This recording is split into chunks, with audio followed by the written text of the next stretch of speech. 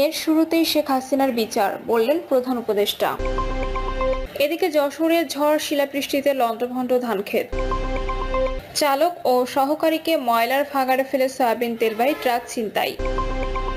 এবং সর্বশেষ জানাবো, ফুলগাজীতে বাসের ধাক্কায় ড্যাফোডিল ইউনিভার্সিটির শিক্ষার্থী নিহত। শুনছিলেন সংবাদ শিরোনাম, এবারে বিস্তারিত। মের শুরুতেই শেখ হাসিনার বিচার, বললেন প্রধান উপদেষ্টা।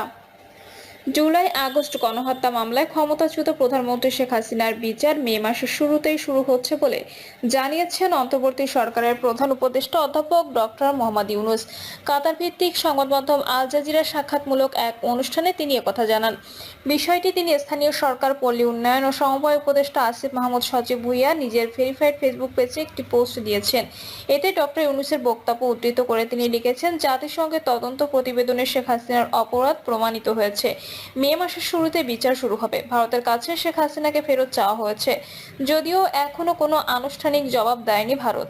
শেখ হাসিনার বিচার প্রসঙ্গে প্রধান উপদেষ্টা বলেন, জুলাই আগস্ট সংঘটিত গণহত্যা ও মানবতা বিরোধী অপরাধের ঘটনায় শেখ হাসিনার সংশ্লিষ্টতা জাতিসংঘের তদন্ত প্রতিবেদনে উঠে এসেছে। সেই ভিত্তিতে মে মাসের শুরুতে আনুষ্ঠানিকভাবে তার বিচার প্রক্রিয়া শুরু হতে যাচ্ছে। সাক্ষাৎকারে উপস্থাপক ডক্টর ইউনূস প্রশ্ন করেন, এটি কি বলা ঠিক যে শেখ হাসিনা পতনের পরেই মধুচন্দ্রিমা এখন সম্ভবত শেষ হয়েছে? কিন্তু বেশ বড় চ্যালেঞ্জ হয়েছে, যেগুলো সুনির্দিষ্ট জবাব আপনাকে দিতে হবে।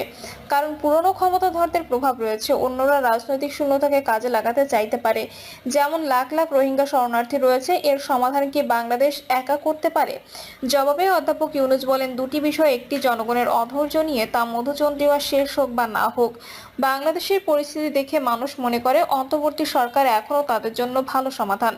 তারা বলছে না অন্তর্বর্তী সরকারকে যেতে দাও, আজ আমাদের নির্বাচন, কেউ তা বলেনি। এই দিকেই আমরা যাচ্ছি।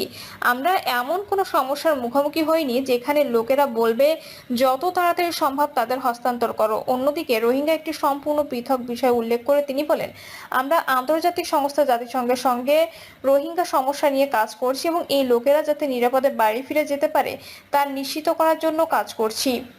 আমাদের চিন্তা হলো কিভাবে বাংলাদেশ ও মিয়ানমারের মধ্যে কিছু বোঝাপড়া তৈরি করা যায়, যাতে রোহিঙ্গারা তাদের নিজেদের বাড়িতে ফিরে যেতে এবং নিরাপদ পুনর্বাসন করতে পারে। সাক্ষাৎকারে বিগত দিনের অনিয়ম দুর্নীতি দূর করে দেশে অর্থবহ সংস্কার এবং এ যাবৎকালে সেরা নির্বাচন উপহার দেওয়ার প্রত্যয় ব্যক্ত করেছে প্রধান উপদেষ্টা।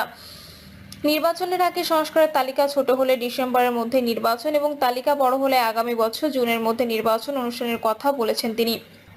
নির্বাচন জুনের পরে যাবে না বলেও উল্লেখ করেছেন ডক্টর ইউনূস। নির্বাচনে আওয়ামী লীগকে অংশ নেওয়ার অনুমতি দেওয়া হবে কিনা এ প্রশ্ন করা হলে প্রধান উপদেষ্টা বলেন, এই প্রশ্নের জবাবে একটি অংশ আওয়ামী লীগকে নির্ধারণ করতে হবে।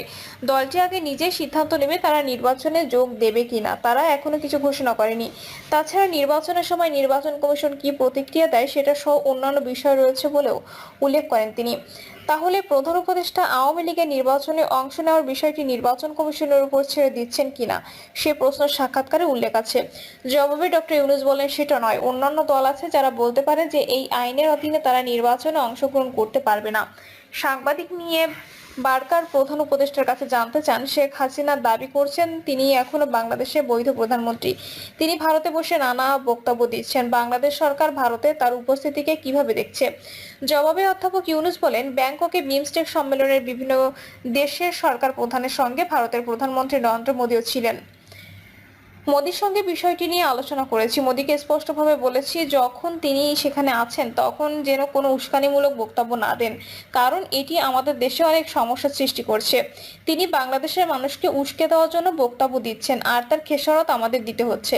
সাংবাদিক জানতে চান, প্রধানমন্ত্রী মোদী কি বলেছিলেন? উত্তরে প্রধান উপদেষ্টা বলেন, আমি যদি ঠিকঠাক মনে করতে পারি তিনি বলেছিলেন এটা এমন একটি দেশ যেখানে সামাজিক মাধ্যম সবার জন্য উন্মুক্ত।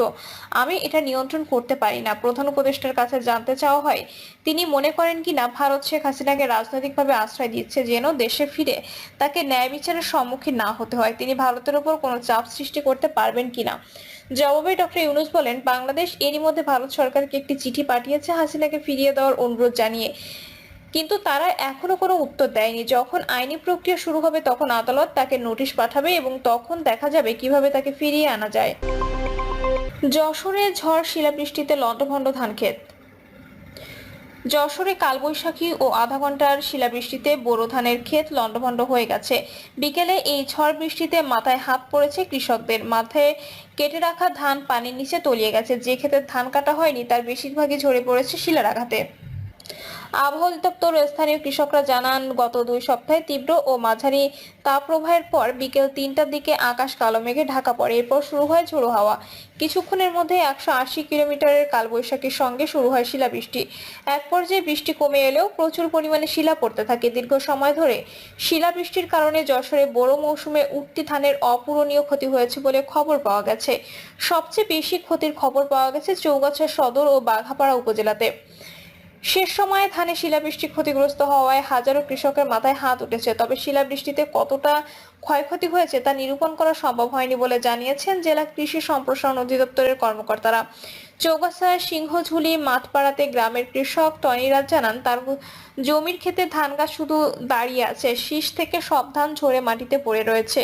টনিরাজ বলেন, 2 বিঘা জমিতে ধান আবাদ করেছিলাম, 15 কাঠা কেটেছি, 25 কাঠা এখনো কাটা হয়নি। শিলাবৃষ্টির ওপর মাঠে গিয়ে দেখি একটি ধানও নেই। একই গ্রামের কৃষক শাহিনুর রহমান শাহিন বলেন, এবার 11 বিঘা ধান আবাদ করেছি, 4 বিঘা কাটা হয়নি, 1.5 বিঘা কেটে খেতেই রেখেছিলাম, সব ধান শেষ হয়ে গেছে। যেগুলো কাটা হয়নি সব ঝরে গেছে। এতে 3.5 লাখ টাকার বেশি ক্ষতি হয়েছে বলে দাবি করেন তিনি। স্থানীয় কৃষকরা জানান, সিংহঝুলি, বলিদাপাড়া, ঝাউতলা, জামালতলা, জগন্নাথপুর, কয়রাপাড়া গ্রামের ধানের ব্যাপক ক্ষতি হয়েছে। এসব এলাকায় 2 থেকে 3 হাজার হেক্টর জমির বাসমতি ধানের সবচেয়ে বেশি ক্ষতি হয়েছে। বেশিরভাগ ক্ষেত্রে বাসমতি ও মিনিকেট ধান সব ঝরে গেছে। চালক এবং সহকারীকে ময়লার ভাগাড়ে ফেলে সয়াবিন তেলবাহী ট্রাক ছিনতাই। জয়পুরহাটের কালাই উপজেলার একটি ময়লার ভাগাড় থেকে ট্রাক চালক ও সহকারীকে মুমূর্ষু অবস্থায় উদ্ধার করা হয়েছে। তাদের দুজনকে কালাই উপজেলা স্বাস্থ্য কমপ্লেক্সে ভর্তি করা হয়েছে। বিকেল 5:30টার দিকে কালাই পৌর শহরের পূর্ব সরাইল ময়লার ভাগাড় থেকে তাদের উদ্ধার করে কালাই থানা পুলিশ। দুর্বৃত্তরা দুজনকে অজ্ঞান করে ময়লার ভাগাড়ে ফেলে দিয়ে সয়াবিন তেল বোঝাই একটি ট্রাক ছিনতাই করেছে বলে জানিয়েছে পুলিশ। পুলিশ ও প্রত্যক্ষদর্শী সূত্রে জানা গেছে, সোমবার বিকেলে জয়পুরহাট বগুড়া আঞ্চলিক মহাসড়কের কালাই পৌর শহরের পূর্ব সরাইল ময়লার ভাগাড়ে 2 জন ব্যক্তি কর্দমাক্ত অবস্থায় পড়ে থাকতে দেখেন স্থানীয়রা। তাদের মৃত ভেবে লোকজন জড়ো হন। এরপর জরুরি সেবা 999 কল করে ঘটনাটি জানানো হয়। কালাই থানা পুলিশ এসে ময়লার ভাগাড় থেকে 2 ব্যক্তিকে উদ্ধার করেন। ওই 2 জন পুলিশকে জানান, রোববার রাতে চট্টগ্রাম থেকে এক ট্রাক সয়াবিন তেল নিয়ে রংপুরে যাচ্ছিলেন। বগুড়ার মহাস্থান সেতু এলাকায় 10 থেকে 12 জনের একটি দল ট্রাকে উঠে পড়েন। তারা কেবিনে ঢুকে ট্রাকের নিয়ন্ত্রণ নেন। এরপর তাদের এখানে ফেলে দিয়ে সয়াবিন বোঝাই ট্রাক নিয়ে চলে যায়। কালাই থানা পুলিশের ভারপ্রাপ্ত কর্মকর্তা জাহিদ হোসেন বলেন, দুর্বৃত্তরা সয়াবিন তেল বোঝাই ট্রাকের চালক ও সহকারীকে অজ্ঞান করে ময়লার ভাগাড়ে ফেলে দিয়ে ট্রাকটি নিয়ে গেছে দুর্বৃত্তরা। বর্তমানে ট্রাক চালক ও সহকারী সুস্থ আছেন। তাদের পরিবারের খবর দেওয়া হয়েছে। পরবর্তীতে প্রয়োজনীয় আইনগত ব্যবস্থা নেওয়া হবে। প্রিয় দর্শক, এই ছিল এখনকার